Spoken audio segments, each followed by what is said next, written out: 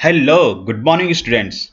So today we are going to discuss about the mechanism of adsorption and Freundlich adsorption isotherm. आज हम यहाँ पे इन दोनों topics के बारे में बात करेंगे, एडजॉर्प्शन की मैकेनिज्म के बारे में और फ्रेंडलिक एडजॉर्प्शन आइसोथर्म के बारे में। ठीक है, पिछली वीडियो में हमने एडजॉर्प्शन एब्जॉर्प्शन के बारे में पढ़ा था, उसमें हमने एडजॉर्प्शन के टाइप्स के बारे में पढ़ा। अब हम इन दो टॉपिक्स पे बात करेंगे। सबसे पहले हम बात करेंगे मैकेनिज्म ऑफ एडजॉर्प्शन की। ठीक है, let's begin. So mechanism of adsorption, किस तरीके से इसकी प्रोसेस क्या है एडजॉर्प्शन की, इसमें थर्मोडायनामिकल चेंजेस क्या आते हैं, इन सभी की जो स्टडी होती है उसी को हम मैकेनिज्म के अंडर पढ़ेंगे। तो देखिए, अगर हम किसी प्रोसेस की बात करते हैं, ठीक है, any process can be represented thermodynamically under constant temperature and pressure. अगर हम यहाँ पर टेम्परेचर और प्रेशर को कांस्टेंट कर लें तो ऐसी कंडीशन में अगर हम इसकी गिब्स इक्वेशन लिखते हैं, ठीक है, तो हम जानते हैं कि 11th क्लास में हमने थर्मोडायनामिक्स वाले चैप्टर में पढ़ा है कि delta G equal to delta H minus T delta S, जिसमें डेल्टा एच आपका एंथैल्पी चेंज है, T is the temperature, delta S is entropy change और डेल्टा जी आपका गिब्स एनर्जी चेंज है। अब यहां पर एडजॉर्प्शन जो प्रोसेस है एक स्पॉन्टेनियस प्रोसेस है। स्पॉन्टेनियस प्रोसेस के लिए हम लोग जानते हैं कि डेल्टा जी की वैल्यू हमेशा नेगेटिव आती है, या हम कहें delta G is less than zero. ठीक है, इसको हम क्या कर सकते हैं, डेल्टा जी आपका लेस देन जीरो होता है, या हम कहें डेल्टा जी की वैल्यू नेगेटिव आती है। तो ये जनरल कंसिडरेशन हम जानते हैं। ठीक है, अब हम यहाँ पर ये भी जानते हैं कि जो आपकी एडजॉर्प्शन प्रोसेस है, ठीक है, वो एक स्पॉन्टेनियस प्रोसेस है, तो डेफिनेटली डेल्टा जी की वैल्यू आपकी नेगेटिव आएगी इस केस में। ठीक है, अब यहाँ पर एक क्वेश्चन अराइज होता है, ठीक है, क्वेश्चन ये अराइज होता है कि adsorption is spontaneous process, prove that it is exothermic process. अगर एडजॉर्प्शन एक स्पॉन्टेनियस प्रोसेस है, what is adsorption? Accumulation of the particles over the surface of any adsorbent. किसी एडजॉर्बेंट पर पार्टिकल का जो एडजॉर्प्शन हो रहा है उसे हम क्या कहते हैं? एडजॉर्प्शन। ठीक है, जो एक्युमुलेशन होता है उसे हम एडजॉर्प्शन कहते हैं। ये हमने पिछले वीडियो में आपको डिस्कस किया। अब क्वेश्चन यहां पर ये है कि हमें बताना है कि एक्सोथर्मिक प्रोसेस क्या होता है। ठीक है, मतलब यहां पर कैसे होता है ये एक्सोथर्मिक प्रोसेस, हम कैसे प्रूव करें कि यहां पर ये जो एडजॉर्प्शन हो रहा है ये एक एक्सोथर्मिक प्रोसेस जिसमें हीट रिलीज होती है। स्पॉन्टेनियस तो गिवन है कि ये स्पॉन्टेनियस है। स्पॉन्टेनियस से मतलब ये है कि डेल्टा जी की वैल्यू यहाँ पर नेगेटिव ही होगी। अब हमें एक्सोथर्मिक प्रोसेस बताना है कि ये जो प्रोसेस है ये आपकी एक्सोथर्मिक प्रोसेस, यानी कि हमें जो प्रूव करना है वो प्रूव करना है delta H equal to negative, ये हमको प्रूव करना है। This is to prove. अब इसे प्रूव करते हैं तो देखिए बहुत ही आसान है। अगर हम इसके सॉल्यूशन की बात करते हैं, ठीक है, तो इसमें क्या है, सबसे पहले आपको यह समझना है कि जो डेल्टा जी की जो वैल्यू है इट इज कैसे निकाली जाती है, delta S minus T delta S. अब इस प्रोसेस में जाहिर सी बात है कि अगर यहां पर ये स्पॉन्टेनियस प्रोसेस है तो डेल्टा जी की वैल्यू आपकी नेगेटिव आएगी। ठीक है, मान लीजिए डेल्टा जी की वैल्यू है आपकी माइनस एक्स, नेगेटिव में आएगी इसलिए वो वैल्यू है आपकी माइनस एक्स मान लीजिए। ठीक है, और डेल्टा एच आपको बताना है कि ये नेगेटिव होगा कि नहीं होगा। टेम्परेचर है, टेम्परेचर यहां पर हमने लिख दिया टेम्परेचर। अब मान लीजिए डेल्टा एस की जो वैल्यू है, ठीक है, अब देखो जाहिर सी बात है कि जब हम इस बात को समझने की कोशिश करते हैं कि डेल्टा एस की वैल्यू पॉजिटिव आएगी कि नेगेटिव आएगी, किसके केस में? एडजॉर्प्शन के केस में। तो बहुत ही आसान है समझना। जैसे मान लीजिए कोई आपका सरफेस है, ठीक है, जैसे ये देखिए यहां पर मैं बना रहा हूं, ठीक है, और इसमें आपके गैस पार्टिकल्स हैं। ठीक है, गैस पार्टिकल का अपना कोई ना कोई प्रेशर तो होगा ही, ठीक है, क्योंकि वो वॉल ऑफ द कंटेनर के साथ कॉलिजन्स कर रहे हैं, और आप जानते हैं कि प्रेशर कैसे जनरेट होता है, due to the collision of the particles with the wall of the container. अब इस कॉलिजन से प्रेशर जनरेट होता है। अब हम क्या कर रहे हैं, यहां पर ये जो पार्टिकल्स जाहिर सी बात है कुछ समय बाद यहाँ पर एडजॉर्ब हो जाएंगे, यानी कि एक्यूमुलेट हो जाएंगे, और इस एक्यूमुलेशन से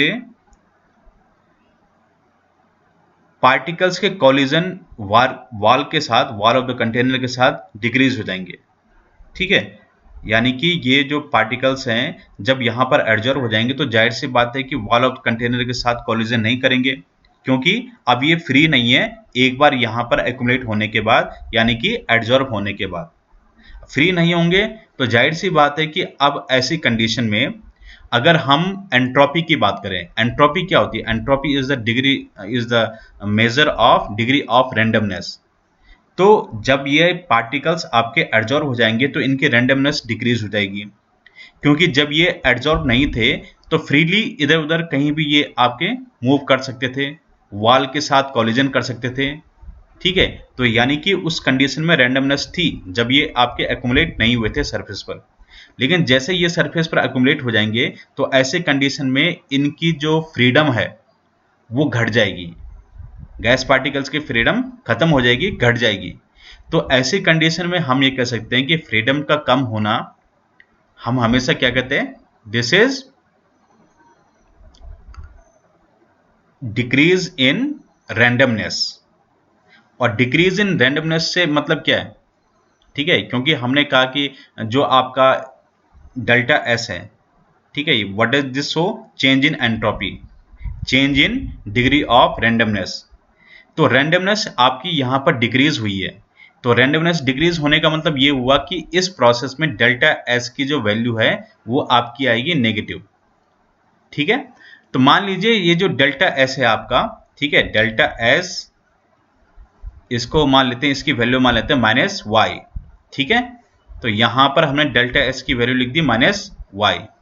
अब यहां पर आगे इसे सॉल्व करते हैं, माइनस एक्स जो कि डेल्टा जे की वैल्यू है, स्पॉन्टेनियस प्रोसेस है इसलिए नेगेटिव में आएगी। डेल्टा एच की वैल्यू हमें निकालनी है कि पॉजिटिव है कि नेगेटिव है, ये हमको प्रूव करना है कि ये नेगेटिव है। ठीक है, अब डेल्टा एच, अब यहां पर माइनस है, यहां पर माइनस है, तो ये माइनस माइनस आपके प्लस हो जाएंगे, टी वाई, इस तरीके से। अब जाहिर सी बात है यहां पर डेल्टा एच की जो वैल्यू आएगी ये माइनस एक्स। ठीक है, यहां पर अगर इसे हम डेल्टा एच की वैल्यू अगर निकालना चाहें, minus T Y. So what does this show? यहां पर ये क्या शो करता है? ये जो इक्वेशन है, दिस इक्वेशन शोज दैट कि डेल्टा एच की वैल्यू हर कंडीशन में आपकी नेगेटिव ही होगी, it can not be positive, क्योंकि डेल्टा जी की वैल्यू एक्स वो नेगेटिव में है, टी वाई ये भी आपके पास जो प्रोडक्ट बनेगा टेम्परेचर और एंट्रोपी का, ये भी आपका यहाँ पर नेगेटिव में, तो जाहिर सी बात है डेल्टा एच की वैल्यू आपकी नेगेटिव आएगी। तो इससे प्रूव होता है कि एडजॉर्प्शन एक एक्सोथर्मिक प्रोसेस है और स्पॉन्टेनियस प्रोसेस है। ठीक है, अगर ये आपको समझ में नहीं आया हो तो आप वीडियो को बैक करके दोबारा इसे देख लीजिए। ठीक है, I hope then you will be able to understand, if not now. Okay, so let's go to another topic, Fredolic adsorption isotherm। Fredolic adsorption isotherm का जो इक्वेशन है हमारे पास वो है x by m equal to k p to the power 1 by n where n is greater than 1। अब देखिए इसको समझते हैं। यहां पर जो ये x है, this x, it is the amount of the gas adsorbed. ठीक है, यहां पर ये क्या है? This is the amount of the gas adsorbed over the fixed mass of the adsorbent. तो x क्या है यहां पर? This is the amount of the gas adsorbed. ठीक है, अब यहां पर देखिए m मास आपका फिक्स है, जहां पर प्रेशर आपके पास ये दिया गया है। ठीक है, मान लीजिए x by m, x is amount of the gas, यहां पर मैं लिख देता हूं amount of gas adsorbed, amount of gas adsorbed. m क्या है? m is fixed mass of adsorbent. ठीक है, एडजॉर्बेंट का फिक्स मास है। ठीक है, अब हम यहाँ पर amount of gas adsorbed over fixed mass of adsorbent पर क्या प्रभाव पड़ता है, क्या इफेक्ट पड़ता है on increasing the pressure. Pressure को जैसे जैसे हम इंक्रीज कर रहे हैं तो प्रेशर को इंक्रीज करने से amount of gas over fixed mass of the adsorbent पर किस तरह से चेंज होता है। तो आप देख सकते हैं कि जब हमारे पास टेम्परेचर 195 है, 195 केल्विन, तो आपने जैसे जैसे प्रेशर बढ़ाया, प्रेशर बढ़ाने पर आपका जो amount of gas adsorbed over fixed mass of the adsorbent that is m, इस तरीके से आपका इंक्रीज हो रहा है। फिर हमने 244 केल्विन पर देखा तो यहाँ पर टेम्परेचर बढ़ाने पर ये इंक्रीज हुआ, इंक्रीज हुआ, इंक्रीज हुआ इस तरीके से, और 273 पे देखा तो फिर वहां पर भी इस तरीके से इंक्रीज हुआ। अब हम यहाँ पर क्या देख रहे हैं, ये आइसोथर्म है जहाँ पे डिफरेंट टेम्परेचर पर हमने इसको मेजर किया है। तो ये हम देख सकते हैं कि जैसे जैसे हम टेम्परेचर को बढ़ा रहे हैं, टेम्परेचर को बढ़ाने पर एड्जॉर्प्शन आपका डिक्रीज होने लगता है। कैसे पता? बहुत ही सिंपल है। आप देख सकते हैं कि जब टेम्परेचर आपका 195 है केल्विन है तो उस कंडीशन में आपका एड्जॉर्प्शन इस तरीके से इंक्रीज हो रहा है, सबसे ऊपर कर्व उसी का बन रहा है 195 केल्विन के केस में, जब टेम्परेचर आपका कम होगा। जैसे जैसे आपने टेम्परेचर यहां पर बढ़ाया, टेम्परेचर बढ़ाने पर एड्जॉर्प्शन आपका घट गया। एड्जॉर्प्शन कहां से पता चलेगा? यहां से पता चलेगा कितना ऊपर ये आपका हाई गया है। तो यहां पर ये 244 पर इसकी हाइट घट गई है और 273 पर यहां पर एड्जॉर्प्शन वाला एक्सिस की हाइट और ज्यादा घट चुकी है। तो कहने का मतलब ये है कि जैसे हमने अभी पिछली जो इसमें हमने पढ़ा कि आपका डेल्टा एच नेगेटिव आ रहा है। डेल्टा एच अगर नेगेटिव आएगा तो जाहिर सी बात है यहाँ पर ये एक एक्जोथर्मिक प्रोसेस है। जैसे कि हम पिछले वीडियो में आपको बताए थे कि एक्जोथर्मिक प्रोसेस टेम्परेचर बढ़ाने पर घटती है। टेम्परेचर बढ़ाने पर हमने पढ़ा था ली-चैटरजी प्रिंसिपल में 11th क्लास में कि एक्जोथर्मिक प्रोसेस के केस में ठीक है, टेम्परेचर बढ़ाने पर ठीक है प्रोसेस आपकी कम होती है, इट डिक्रीजेज। ठीक है, एक्जोथर्मिक प्रोसेस क्या होती है? टेम्परेचर बढ़ाने पर डिक्रीज होती है। तो जैसे यहाँ पर एड्जॉर्प्शन है, ठीक है, तो एड्जॉर्प्शन के केस में जैसे जैसे आप टेम्परेचर बढ़ा रहे हैं तो एड्जॉर्प्शन आपका धीरे धीरे डिक्रीज होने लग जाएगा। अब यहाँ पर पॉइंट क्या है? यहाँ पर पॉइंट ये है कि जैसे जैसे आप यहाँ पर प्रेशर इंक्रीज कर रहे हैं, प्रेशर इंक्रीज करने के साथ आप यहाँ पर देख सकते हैं किस तरीके से ये जो एड्जॉर्प्शन है, जैसे जैसे आप प्रेशर इंक्रीज कर रहे हैं, एक टाइम ऐसा आ रहा है कि यहाँ पर एड्जॉर्प्शन पर कोई असर नहीं पड़ रहा है, बिल्कुल स्टेबल हो जा रहा है, इक्विलिब्रियम वाली कंडीशन आ रही है। ठीक है, इक्विलिब्रियम वाली कंडीशन से मतलब ये है कि एक लिमिट तक पहुंचने के बाद एड्जॉर्प्शन होना आपका बंद हो जा रहा है। यहाँ पर आप देख सकते हैं सभी, यहाँ पे स्ट्रेट बन गया, यहाँ पर भी स्ट्रेट लाइन बन गई, यहाँ पर भी आपके लगभग स्ट्रेट लाइन बन गई। तो ये जो स्ट्रेट लाइन बनने का मतलब ये हुआ कि इतना एड्जॉर्प्शन होने के बाद, किसी पर्टिकुलर टेम्परेचर पर इतना एड्जॉर्प्शन होने के बाद, ठीक है, प्रेशर का कोई असर नहीं पड़ रहा है। प्रेशर का असर सिर्फ यहाँ पर इतने ही एड्जॉर्प्शन तक पड़ेगा, उसके बाद यहाँ पर कोई असर नहीं पड़ रहा है। तो ये मतलब है।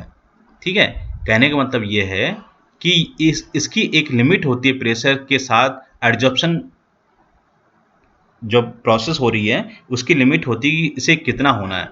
ठीक है, तो इसलिए एक लिमिट के बाद प्रेशर का इफेक्ट एड्जॉर्प्शन ऑफ गैस पर नहीं पड़ता है। ठीक है, वो एड्जॉर्प्शन पर कोई असर नहीं पड़ता है। तो इसे हम किस तरीके से समझ सकते हैं? इसे हम इस तरीके से समझ सकते हैं, जैसे देख लीजिए यहाँ पर हमने जो इक्वेशन लिखी है x/m equal to kp to the power 1/n, ठीक है, where n is greater than 1। तो इसी को अगर हम इस तरीके से लिखें, ये अगर हम दोनों साइड अगर लॉग लगाते हैं तो ऐसी कंडीशन में हो जाएगा आपका log x/m log k plus 1/n log p। दोनों साइड log लगा के हम इसको इक्वेट कर सकते हैं। यहां पर क्या है, अगर हम 1/n अगर आपका 0 है, से फॉर एग्जाम्पल यहां पर 1/n आपका 0 आता है, तो ऐसे कंडीशन में आपका p 0 हो जाएगा, p 0 इक्वल टू 1। तो ऐसी कंडीशन में आपका जो x बाई एम है, ठीक है, x बाई एम, ये आपका कितना आ जाएगा, k इज कांस्टेंट, यानी कि ऐसी कंडीशन पर प्रेशर का कोई असर नहीं पड़ेगा एडजॉर्प्शन पर। क्यों नहीं पड़ेगा? क्योंकि यहां पर आपका जो प्रेशर है, ठीक है, यहां पर देखो ना, जब 1/n हो जाएगा, 1/n आपका 0 हो जाएगा, तो ऐसी कंडीशन p इक्वल टू आपका 0 हो जाएगा, दिस इज इक्वल टू 1। तो ऐसी कंडीशन पर आपका कोई असर नहीं पड़ेगा एडजॉर्प्शन पर, ठीक है। वहीं पर अगर आप ये देखें व्हेन 1/n इक्वल टू 1, तो ऐसी कंडीशन में, ठीक है, आप देख सकते हैं किस तरीके से ये आपका चेंज हो जाएगा। अगर ये आपका 1/n, देख लीजिए, आप देख सकते हैं जब ये 1/n, ठीक है, व्हेन दिस इज 1, जब ये आपका 1 हो जाएगा, that means x by M equal to kp, इस तरीके से। बस अब ये आपका kp हो गया। अब इसमें देखिए, हम देख सकते हैं कि ये जो इसी इक्वेशन को अगर हम ऐसे लिखें, इस तरीके से अगर हम लिखना चाहें, x by M is directly proportional to pressure, तो कहने का मतलब k को कांस्टेंट, k आपका प्रोपोर्शनलिटी कांस्टेंट हो गया यहाँ पर, ठीक है। तो इसे हम ये कह सकते हैं कि the adsorption varies directly with pressure. तो जैसे ही हम प्रेशर इंक्रीज करेंगे तो x बाई एम भी आपका चेंज होगा, ठीक है। इससे हमें ये पता चलता है, यानी कि यहां पर एक इस तरीके से स्ट्रेट लाइन बनेगी। किस कंडीशन में? जब आपका 1/n 1 होगा, ठीक है, उस कंडीशन में ये कर्व नहीं बनेगा, उस कंडीशन में एक स्ट्रेट लाइन बनेगी, ठीक है। तो ये है इसका मतलब। अब यहां पर इस इक्वेशन का हम देख लेते हैं, ठीक है। अब जैसे इसी इक्वेशन को, ये जो इक्वेशन है, इसको हम इस तरीके से देख सकते हैं,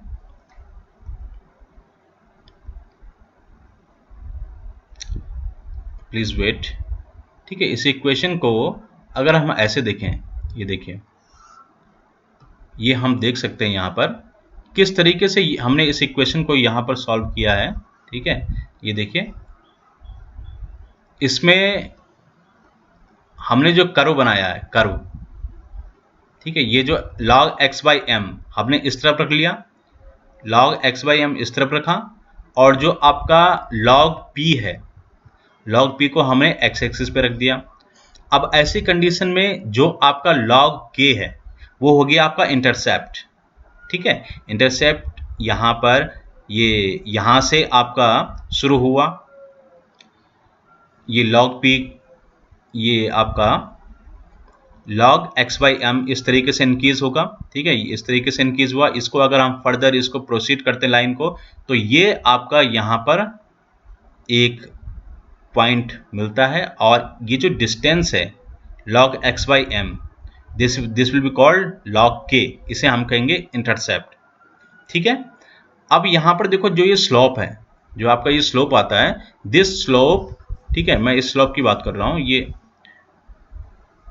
ये जो आपका स्लोप है, this slope equal to 1/n, ये स्लोप इक्वल टू आपका 1/n आ जाएगा। तो अगर आपने log x बाई एम को यहां पर मेजर किया, ठीक है, यहां पर log p को मेजर किया, यानी कि log x बाई एम को कैसे मेजर करेंगे? ये जो b है, this b is what? log x by M, ये b equal to log x by M, a equal to क्या है आपका? log p, ठीक है। अब ये जो आपका स्लोप है, this slope equal to 1/n। तो इस तरीके से आपने यहाँ पर ये सारी चीजें निकाल लिया, इंटरसेप्ट निकाल लिया, log k आपने निकाल लिया, ठीक है। तो हमारे पास इस तरीके से हम इस फ्रेडलिंग आइसोथर्म को बना सकते हैं, ठीक है। तो ये है, so this is all about the Freundlich adsorption isotherm, ठीक है। I hope this must be clear to you. If there is any doubt, you can watch the video again, and if again there is any doubt, okay, so tell me in another Zoom meeting so that I can clear your doubt online, okay. Thank you so much. Please watch this video and try to understand, okay. Thank you so much.